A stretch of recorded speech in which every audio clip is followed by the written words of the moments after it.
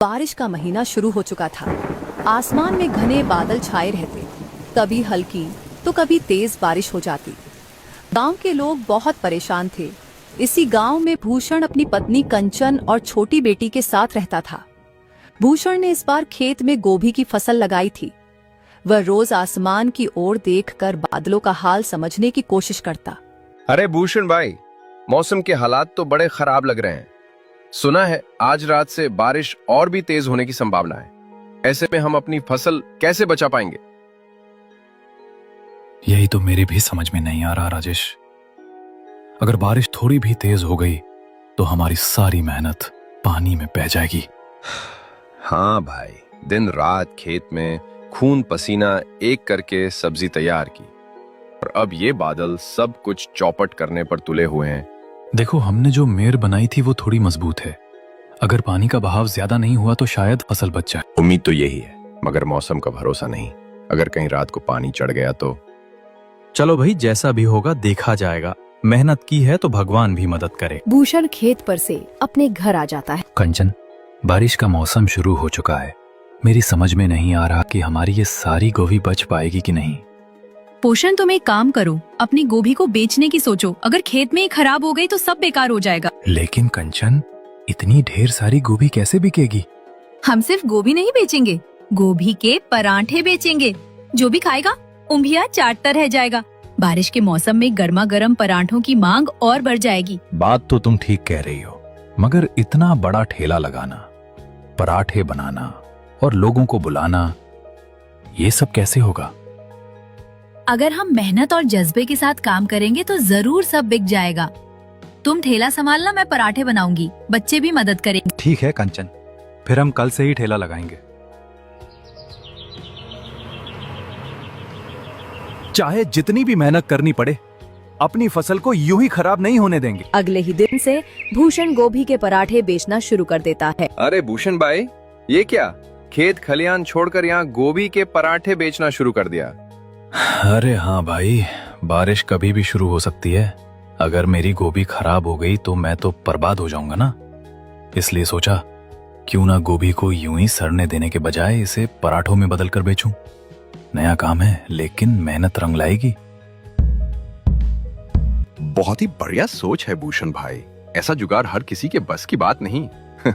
अच्छा, एक प्लेट जरा मुझे भी लगा दो, मैं भी तो देखूं तुम्हारे पराठों का चक्कर क्या है। लो भाई, गर्मा गर्म पराठा तैयार है। ऊपर से मक्खन भी लगा देता हूँ, स्वाद दोगुना हो जाएगा। राजेश पराठा तोड़कर जैसे ही खाता है, उसके चेहरे पर चमक आ जाती है। अरे वाह भूषण भाई, ये तो कमाल के बने हैं। बाहर से कुरकुरे, अंदर से नरम, और गोभी का स्वाद तो लाजवाब है। हाँ भाई, कंचन ने मसाले बिल्कुल सही बनाए हैं। लोग बार बार आ रहे हैं, कह रहे हैं ऐसे पराठे तो पहले कभी नहीं खाए। भूषण के बराबर में भी एक समोसे का ठेला था।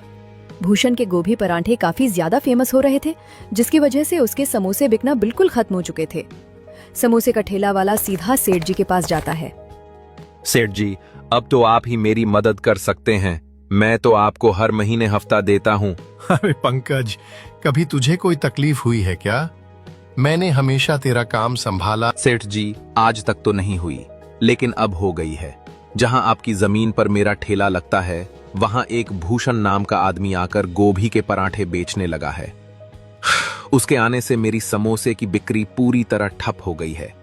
कोई मेरे इलाके में आकर तेरी कमाई बंद कर रहा है? ये तो हद हो गई। हाँ सेठ जी, अगर ऐसे ही चलता रहा तो मुझे ठेला समेटना पड़ेगा। तू चिंता मत कर, कल ही जाकर उस भूषण को वहां से हटाता हूं। देखना, दोबारा नाम भी नहीं लेगा वहां आने का। तू अगले ही दिन सेठ भूषण के ठेले पर जाता है। अरे सेठ जी, आइए, आपको भी गोभी की सब्जी लगवानी है क्या? बैठिए, आज मेरे हाथ के पराठे चखिए। नहीं रे भूषण, खाने का मन नहीं है। सुन ले, कल से यहाँ अपना ठेला नहीं लगाएगा। लेकिन क्यों सेठ जी, मैंने आपका क्या बिगाड़ा है? मैं तो बस मेहनत करके अपने परिवार का पेट पाल रहा हूँ। भूषण, ज्यादा सवाल मत कर। तू यहाँ पर बैठकर पराठे बेचेगा तो बाकी ठेले वाले भूखों मरेंगे। और ये जगह, ये मेरी जमीन है। सेठ जी, ये तो बाजार की जगह है, यहाँ हर कोई मेहनत कर सकता है। मैं किसी का हक नहीं मार रहा। भूषण, मुझे बहस मत सुना। अगर तुझे चैन चाहिए तो आज ही अपना ठेला समेट ले। कल अगर यहाँ दिखा तो अच्छा नहीं होगा। भूषण थैला लेकर अपने घर आ जाता है। क्या हुआ भूषण, आज तो तुम काफी जल्दी आ गए। लगता है गोभी के परांठे तो झटपट बिक गए होंगे। नहीं कंचन, आज कोई परांठे नहीं बिके। बेचने का मौका। क्यों, क्या हुआ? सेठ जी आ गए थे, उन्होंने मुझे वहां से भगा दिया। साफ कह दिया ये मेरी जमीन है, कल से यहाँ ठेला मत लगाना। क्या? कोई इतना पत्थर दिल कैसे हो सकता है? मेहनत करने वाले को रोकना किस हक से? हाँ कंचन, 2 दिन भी नहीं हुए थे कि घर में खुशी आई थी। लगा था अब हमारी मेहनत रंग लाएगी, लेकिन फिर से घर में मातम का साया लौट आया। सच में भूषण, कभी लगता है जैसे किस्मत भी हमारी दुश्मन हो गई है। मेरी तो कुछ समझ में नहीं आ रहा, अब क्या करूं? ठेला लगाने की जगह नहीं बची, और ये बारिश भी कभी भी फसल खराब कर सकती है। तो अब क्या सोच रहे हो? कल से खेत पर ही जाऊंगा, जैसे भी हो गोभी की सब्जी को बचाने की कोशिश करूंगा। जहां पानी भरने का डर होगा वहां गड्ढा बनाकर पानी को रोकूंगा। चाहे दिन रात लगे, मेहनत करके फसल नहीं डूबने दूंगा। हिम्मत मत हारो भूषण, ठेला फिर लग जाएगा, ग्राहक फिर आ जाएंगे, लेकिन हमारी मेहनत की बसर बचनी चाहिए। इसी रात अचानक आसमान में बादल गहराने लगते हैं। पहले हल्की गर्जना होती है। बरसात इतनी तेज होती है कि राजेश के खेत में थोड़ी ही देर में पानी भर जाता है। पानी का बहाव इतना तेज हो जाता है कि वो सिर्फ खेतों तक ही सीमित नहीं रहता, गांव की गलियों तक पहुंच जाता है। आधी रात में लोग नींद से उठकर दरवाजे खोलते हैं तो देखते हैं कि बाहर पूरा आंगन तालाब बन चुका है। भूषण सुबह होते ही अपने खेत पर भागा हुआ जाता है। मैं जाकर देखता है कि चारों तरफ पानी ही पानी भरा हुआ है। उसकी गोभी की सब्जी अब पूरी तरीके से पानी में डूब चुकी थी। ये देखकर भूषण लौटकर अपने घर आ जाता है। चौपाल पर खड़े ग्राम प्रधान ने ऊंची आवाज में सबको पुकारा। जिन जिन लोगों की बारिश की वजह से पूरी फसल खराब हो गई है, उन्हें सरकार की तरफ से मुआवजा मिलेगा। भीड़ में खुसर पुसर शुरू हो गई। कुछ लोग राहत की सांस लेते हैं तो कुछ के चेहरों पर चिंता साफ झलकने लगती है। प्रधान आगे बोलते हैं। और ध्यान रहे, जिन किसानों ने अपनी फसल आधी काट ली है या जिनकी फसल ज्यादा हद तक बच गई है, उन्हें यह मुआवजा नहीं मिलेगा। सरकार ने साफ आदेश दिए हैं कि सिर्फ वही लोग पात्र हैं जिनकी फसल पूरी तरह बर्बाद हुई है। लेकिन प्रधान जी, जो लोग आधी फसल खो चुके हैं, उनका क्या? उनका नुकसान भी तो कम नहीं है। हाँ, हमें भी कुछ तो मदद मिलनी चाहिए। आधी फसल का क्या करेंगे? अनाज भी पूरा नहीं और मुआवजा भी नहीं। भाइयों, मैं आपकी तकलीफ समझता हूं, लेकिन ये नियम सरकार के हैं, हमारे नहीं। हम कोशिश करेंगे कि तहसील में जाकर आपकी बात उठाएं। फिलहाल जिनकी फसल पूरी तरह डूब गई है, उनकी सूची बनानी होगी। भूषण इतना सुनकर अपने घर आ जाता है। कंचन, अब तो सब कुछ खत्म हो गया। हमारे पास न फसल बची, न पैसे, न कोई सहारा। मैं जानती हूँ भूषण, ये वक्त हमारे लिए बहुत ही मुश्किलों का है, लेकिन हमें हार नहीं माननी चाहिए। हर अंधेरे के बाद रोशनी आती है, कोई ना कोई रास्ता जरूर निकल आएगा। लेकिन कैसे निकलेगा रास्ता कंचन? चारों तरफ पानी ही पानी भरा हुआ है, खेत डूब चुका है, गोभी सड़ चुकी है, और सोचो उस पानी में पता नहीं कहां से झील की मछलियां तक आ गई हैं। अब तो कई दिनों तक ये पानी सूखेगा भी नहीं। भूषण, तुम उदास मत हो। तुम एक काम करो, कुल्हाड़ी उठाओ और पास के जंगल से लकड़ियां काटना शुरू करो। लोग इस बरसात में सूखी लकड़ी के लिए परेशान हैं। अगर हम लकड़ियां बेचेंगे तो कम से कम गुजारा तो हो जाएगा। लकड़ियां बेचने से क्या होगा कंचन? क्या उससे घर का खर्चा चल पाएगा? हाँ भूषण, आजकल बारिश में जलावन की लकड़ियों की बहुत ज्यादा जरूरत है। गांव के लोग, ढाबे वाले सब इसे खरीदेंगे। भले कम कमाई हो, लेकिन कम से कम 2 वक्त का खाना तो मिल जाएगा। तुम ठीक कह रहे हो कंचन। अब खेती की फसल बची नहीं तो मेहनत के और रास्ते खोजने ही पड़ेंगे। लकड़ियां बेचने से शायद थोड़ा सहारा मिल सके। हाँ भूषण, मेहनत करने वाला कभी भूखा नहीं मरता। हमें बस हिम्मत नहीं हारनी है। तुम लकड़ी काटना शुरू करो, मैं घर का बाकी काम संभालूंगी। और देखना, धीरे धीरे हम इस मुश्किल समय से भी निकल जाएंगे। भूषण सुबह होते ही लकड़ियों काटने चला जाता है। भूषण जैसे ही लकड़ियों काटना शुरू करता है, उसके हाथ से कुल्हाड़ी छूकर सीधा पानी में गिर जाती है। भूषण ये देखकर पानी के धोरे जाकर रोने लगता है। पर वाले खाने को भी नहीं था। जैसे तैसे ये कुल्हाड़ी घर में रखी हुई थी। इस लकड़ियों काट कर अपना गुजारा करता। तूने इसको भी छीन लिया। अब मैं कहां से अपना गुजारा करूंगा? मेरी तो कुछ भी समझ में नहीं आ रहा। तभी पानी की लहरें हिलने लगती हैं और एक तेज प्रकाश के बीच पानी से एक देवता प्रकट होते हैं। इंसान, तू यहाँ खड़ा होकर क्यों रो रहा है? क्या बात है? इंसान, तू यहाँ खड़ा होकर क्यों रो रहा है? क्या बात है? हे पानी के देवता, मेरी कुल्हाड़ी पानी में गिर गई है। यही मेरे घर का सहारा थी। अब मैं लकड़ी कैसे काटूंगा और अपने परिवार का पेट कैसे भरूंगा? देवता मुस्कुराते हैं और पानी में फिर से गोता लगाते हैं। थोड़ी देर बाद हाथ में चमचमाती सोने की कुल्हाड़ी लेकर बाहर आते हैं। इंसान, क्या यह तुम्हारी कुल्हाड़ी है? नहीं नहीं मालिक, ये मेरी कुल्हाड़ी नहीं है। मेरी कुल्हाड़ी तो साधारण लोहे की है। देवता फिर से पानी में गोता लगाते हैं और इस बार चांदी की कुल्हाड़ी लेकर बाहर आते हैं। तो क्या ये तुम्हारी कुल्हाड़ी है? नहीं देवता, ये भी मेरी नहीं है। मेरी तो पुरानी जंग लगी हुई लोहे की कुल्हाड़ी थी। देवता तीसरी बार पानी में गोता लगाते हैं और भूषण की वही पुरानी कुल्हाड़ी लेकर बाहर आते हैं। इंसान, क्या ये वही कुल्हाड़ी है जिसकी तुम तलाश कर रहे? हाँ हाँ देवता, यही मेरी कुल्हाड़ी है। आपका बहुत बहुत धन्यवाद। आपने मेरी मेहनत का साधन लौटा दिया। देवता भूषण की सच्चाई और ईमानदारी से प्रसन्न होकर मुस्कुराते हैं। भूषण, तू बहुत सीधा और सच्चा इंसान है। आज के जमाने में ईमानदारी दुर्लभ है। इसलिए मैं तुझे इनाम देना चाहता हूँ। देवता सोने की कुल्हाड़ी, चांदी की कुल्हाड़ी और उसकी पुरानी लोहे की कुल्हाड़ी तीनों उसे सौंप देते हैं। हे देवता, मैं तो केवल अपनी कुल्हाड़ी ही मांग रहा था, लेकिन आपने तो मुझे 3 दे दी। हाँ हाँ हाँ, आपका ये उपकार मैं कभी नहीं भूलूंगा। जा भूषण, ये तेरे मेहनत के दिन है। इसे सही काम में लगाना और कभी लालच मत करना। अरे कंचन, ये सोचो हमारे साथ चमत्कार हो गया। पानी के देवता प्रकट हुए और मेरी ईमानदारी देखकर उन्होंने मुझे इनाम दिया। उन्होंने मुझे मेरी पुरानी कुल्हाड़ी के साथ ये सोने और चांदी की कुल्हाड़ी भी दे दी। सचमुच भूषण, ये तो बहुत बड़ी बात है। अब तो हमारे ऊपर किसी का कोई दबाव नहीं रहेगा। सेठ जी भी अब हमें डराकर हटा नहीं पाएंगे। हाँ कंचन, तुम बिल्कुल सही कह रही हो।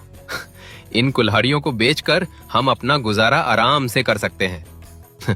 घर की टूटी हुई छत भी सही करवा लेंगे और बच्चों के लिए भी अच्छे कपड़े ला पाएंगे। और सुनो, अब हमें किसी के आगे हाथ फैलाने की जरूरत नहीं रहेगी।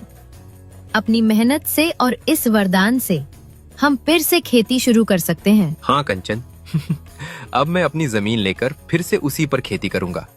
चाहे बारिश हो या आंधी, हम अपना खेत संभालेंगे। भगवान ने हमारी ईमानदारी देखी है भूषण, इसलिए ये वरदान दिया। हमें इस अवसर को सही दिशा में लगाना होगा। भूषण ये बात पूरे गांव में बता देता है कि उसके साथ ऐसा हुआ है। कि सुनकर समोसे वाला लालच में आ जाता है। वो सोचता है कि मैं भी ऐसी करके सोने और चांदी की कुल्हाड़ी लो सकता हूँ। क्या हुआ? आज तुम समोसे की दुकान पर क्यों नहीं गए? अरे, आज दुकान जाने की जरूरत ही नहीं। भाग्यवान भूषण को फांसी वाले तालाब से सोने और चांदी की कुल्हाड़ी मिली है। क्या? सच कह रहे हो? हाँ, बिल्कुल सच। और इसी बात पर मैंने एक जबरदस्त प्लान बनाया है। कैसा प्लान? और तुम क्यों किसी की सोने चांदी की कुल्हाड़ी के चक्कर में पड़ रहे हो? अरे तुम चुप रहो। सोने और चांदी की कुल्हाड़ी बेचकर हम बहुत जल्दी मालदार हो सकते हैं। लेकिन हमें किसी का सामान लेने की जरूरत ही क्या है? मेहनत करके भी तो कमा सकते हैं। मेहनत? अरे जब किसी के हाथ से खजाना खुद चल के आ रहा है तो मेहनत करने की क्या जरूरत है? लेकिन ये चोरी है। अगर भूषण को पता चल गया तो? अरे उसे क्या पता चलेगा? जब पानी का देवता हमें भी कुल्हाड़ी देगा तो वो हमारी ही होगी। जैसा भूषण ने किया था, समोसे वाला भी ऐसे ही करता है। वो जानबूझकर अपनी कुल्हाड़ी पानी में कुछ देता है। तभी वहाँ पर पानी का देवता आ जाता है। अरे इंसान, तुम यहाँ नदी किनारे क्यों रो रहे हो? क्या बात है? हे पानी के देवता, मेरी कुल्हाड़ी इस गहरे पानी में गिर गई है। बिना कुल्हाड़ी के मैं लकड़ी नहीं काट सकता। और बिना लकड़ी काटे मेरा घर कैसे चलेगा। चिंता मत करो, मैं देखता हूँ। फिर पानी का देवता गहराई में डूब गए। कुछ देर बाद वे पानी से बाहर आए और उनके हाथ में चमचमाती सोने की कुल्हाड़ी थी। इंसान, ये सोने की कुल्हाड़ी क्या तुम्हारी है?